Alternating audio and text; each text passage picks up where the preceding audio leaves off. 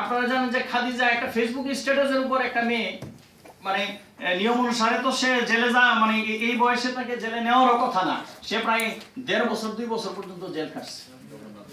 হ্যাঁ, জগন্নাথ বিশ্ববিদ্যালয়ে প্রায় 2 বছর পর্যন্ত জাস্ট ফেসবুকের একটা বিষয়ের উপর বেস করে সে জেল খাটছে। এর মানে হচ্ছে আমাদের বাক স্বাধীনতা পর্যন্ত ছিল না।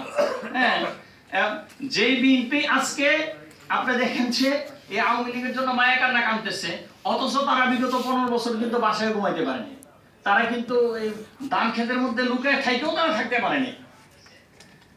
কোনো কিছু হইলেই যে একজন যদি ভালো একটা কাজেও যদি তারা রাজপথে নামতো, বিএনপি জামাত ট্যাগ দিয়ে দিত। হ্যাঁ, অথচ আজকে তারাই তাদের জন্য মায়া কান্না কাঁদতেছে।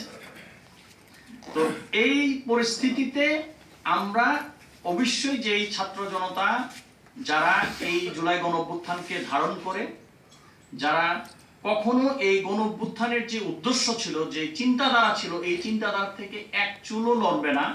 আমরা প্রত্যেকে ছোট ছোট ছোট ছোট অনেকেই সংগঠন আছে বা অনেকেই আমরা হয়তো ইন্ডিভিজুয়ালি আমরা এটাকে লালন করছি, কিন্তু এই প্ল্যাটফর্মের মাধ্যমে আমরা চাচ্ছি যে এই সকল স্টেক হোল্ডাররা একটা প্ল্যাটফর্ম ক্রিয়েট করবে এবং এটার নাম যে আমাদের বর্তমানে যে নামটা আছে গণ অভ্যুত্থান সমর্থক মঞ্চ, এটাই হইতে হবে, এটা বাধ্যতামূলক না।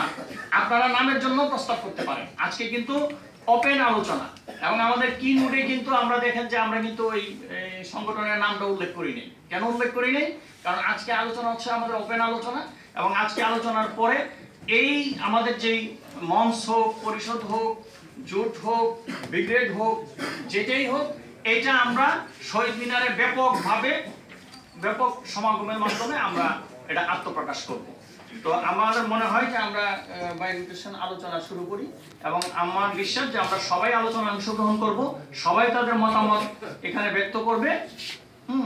তবে একটু খেয়াল রাখতে হবে যেহেতু আজকে শুক্রবার, আর সবাইকে যদি আমরা অবশ্যই সবার কথা শুনবো, সবাই এখানে বক্তব্য দিবে, সবাই আলোচনা করবে।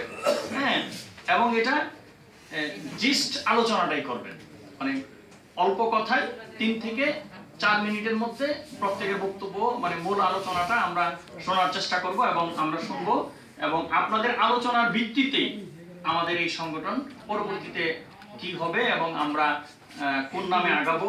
এবং আমরা সর্বশেষ কিন্তু একটা কথা উল্লেখ করেছি যে কি ধরনের পরিকল্পনা, কি ধরনের কর্মসূচি মাধ্যমে আমরা আগাতে পারি। সবাইকে অনেক অনেক ধন্যবাদ। আমরা একটা মাইক্রোফোন মনে হয় যার যার ইয়েতে পাঠিয়ে দিলে ভালো হয়। কেউ একজন একটু হেল্প করেন। হ্যালো, ওনারা কি আরেকটা কিছু ইয়ে দেন?